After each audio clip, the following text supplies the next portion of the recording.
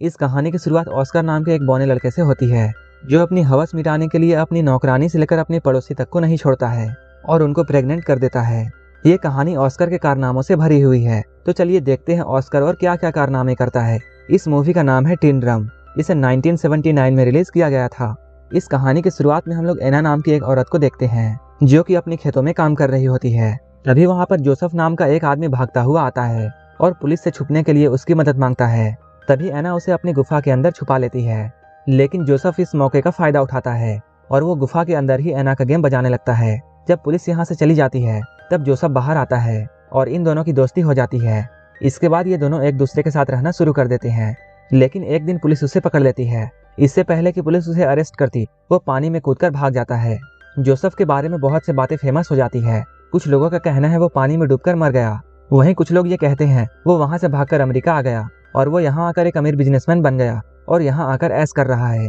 वहीं दूसरी ओर हम लोग एना और उसकी बेटी एग्नेस को देखते हैं, जो कि बाजार में सामान बेचकर अपना गुजारा कर रहे हैं।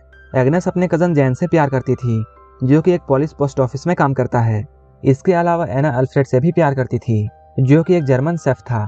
उन तीनों के घपाघप कार्यक्रम से ऑस्कर नाम का एक बच्चा पैदा होता है। ऑस्कर पैदा होने के बाद रोता ही रहता है और वो चुप ही नहीं होता है। जब उसकी मॉम उससे ये कहती है उसके 3 साल होने के बाद वो उसे एक टिन ड्रम देगी, इसके बाद वो रोना बंद करता है। अपने 3 साल होने के बाद जब ऑस्कर ने अपने जन्मदिन में लोगों को शराब पीते हुए और कुत्ता डांस करते हुए देखा, तब वो डिसाइड करता है कि वो कभी बड़ा ही नहीं होगा और अपने इसी काम को पूरा करने के लिए वो सीढ़ियों से कूद जाता है। इसके बाद से ही अब ऑस्कर हमेशा के लिए 3 साल का ही रह जाता है। वो हमेशा अपने ड्रम को अपने साथ रखता है और जब भी कोई उससे उसकी टूटी हुई ड्रम लेने की कोशिश करता है, वो इतना जोर से चिल्लाता है कि वो अपनी आवाज से कांच को भी तोड़ देता है। धीरे धीरे टाइम गुजरता जाता है। अब ऑस्कर 6 साल का हो चुका है। ऑस्कर ना ही बड़ा हो रहा था और ना ही वो अपने टूटे हुए ड्रम को अपने से अलग करता था, और जब भी कोई उससे उसकी ड्रम को छीनने की कोशिश करता, तब वो अपनी आवाज से कांच तोड़ देता था। ऑस्कर के इस पावर को देखकर सारे डॉक्टर हैरान थे, लेकिन उसकी मॉम और उसके परिवार को ये जानना था कि ऑस्कर क्यों बड़ा नहीं हो रहा है। हम लोग देखते हैं एग्नेस हर थर्सडे को ऑस्कर के साथ शहर जाती थी और वो ऑस्कर को एक दुकान पर छोड़ देती थी। इसके बाद वो जैन के पास जाती थी और वहां जाकर वो जैन के साथ भयंकर घपाघप करती थी। लेकिन एक दिन ऑस्कर को अपनी माँ के कांड के बारे में पता चल जाता है। ऐसा करते हुए कई साल बीत जाते हैं और अब ऑस्कर 12 साल का हो चुका है। एक दिन ऑस्कर अपने मॉम डैड के साथ सर्कस देखने के लिए जाता है, जहाँ वो कुछ बौने लोगों को परफॉर्म करते हुए देखता है। उन बौनों को देखकर ऑस्कर के मॉम डैड को ऐसा लगने लगता है कि शायद ऑस्कर भी एक बौना है। सर्कस खत्म होने के बाद ऑस्कर बेबरा नाम के एक बौने से मिलता है, जो कि ऑस्कर के इस टैलेंट को देखने के बाद उसे अपने सर्कस में काम करने के लिए ऑफर देता है। लेकिन तभी ऑस्कर के मॉम डैड वहां आ जाते हैं और वो ऑस्कर को अपने साथ ले जाते हैं। इसके कुछ दिनों के बाद हम देखते हैं ऑस्कर की माँ ऑस्कर को जिस दुकानदार के पास छोड़कर जाया करती थी, वो दुकानदार भी धीरे धीरे एग्नेस से प्यार करने लगा था। वो उसे और ऑस्कर को अपने साथ लंदन चलने के लिए कहता है, लेकिन तभी एग्नेस उसे मना कर देती है और वहां से चली जाती है। इसके कुछ वक्त बाद एग्नेस को ये बात पता चलती है कि वो प्रेग्नेंट है और उसके पेट में जैन का बच्चा है। इस बात से एग्नेस बहुत परेशान हो जाती है और अपने टेंशन की वजह से वो बहुत सारी मछलियां खा जाती है, जो कि उसे खाना बिल्कुल पसंद नहीं था। वहीं उसके पति अल्फ्रेड को इस बात से कोई भी फर्क नहीं पड़ता है कि एग्नेस के पेट में किसका बच्चा है, और वो एग्नेस को सिर्फ खुश देखना चाहता था। लेकिन ऑस्कर के पैदा होने के बाद एग्नेस को कभी भी खुशी नहीं हुई, इसलिए वो अपने इस बच्चे को पैदा करना नहीं चाहती है और बहुत ज्यादा मछलियां खाने की वजह से उसे फूड पॉइजनिंग हो जाती है और उसकी मौत हो जाती है। इसके कुछ सालों बाद हम लोग ऑस्कर को देखते हैं, जो कि अपनी टूटी हुई ड्रम को ठीक कराना चाहता है। ये सब उस वक्त में हो रहा था जब जर्मनी पूरे पोलैंड में हमला करके उस पर पूरा कब्जा करने की कोशिश कर रहा था। वहीं पोस्ट ऑफिस में भी पुलिस लोग जर्मनियों पर हमला करने की तैयारी कर रहे थे। तभी अचानक जर्मन्स का उन पर हमला हो जाता है। इस हमले में बहुत से लोग मारे जाते हैं, जिनमें से एक जैन भी था। ऑस्कर इस हमले से किसी तरह बच जाता है और वो यहाँ से भाग जाता है। इसके कुछ दिनों बाद हम लोग देखते हैं अल्फ्रेड एक 16 साल की लड़की जिसका नाम मारिया है, उसे अपने दुकान में काम करने के लिए रखता है। मारिया दुकान के साथ साथ ऑस्कर का भी ध्यान रखती थी। धीरे धीरे ऑस्कर को मारिया से प्यार होने लगता है। ऑस्कर की उम्र भी मारिया जितनी ही थी, लेकिन मारिया को इस बात पर यकीन नहीं था और वो ऑस्कर को अभी भी बच्चा मानती थी। जब एक रात अल्फ्रेड किसी काम से शहर से बाहर जाता है, तब वो मारिया के बेड के पास जाता है और वो एक चूहे की तरह उसके कंबल में घुस जाता है और घपाघप करने लगता है। मारिया को भी ऐसा करने में अच्छा लगता है, इसलिए वो ऑस्कर को नहीं रोकती है। धीरे धीरे ऑस्कर उसके और भी करीब आने लगता है, लेकिन अचानक एक दिन उसे ये बात पता चलती है कि मारिया का अफेयर अल्फ्रेड के साथ चल रहा है और मारिया अल्फ्रेड से बहुत प्यार करती थी, लेकिन अल्फ्रेड सिर्फ उसका यूज कर रहा था। मारिया इस बात से बहुत ज्यादा दुखी होती है और वो रोने लगती है। इस मौके का फायदा उठाकर ऑस्कर उसके पास आता है और उसे संभालने की सोचता है, लेकिन मारिया को बहुत गुस्सा आता है और वो ऑस्कर को बौना कहकर उसके पिछवाड़े पर लात मारती है।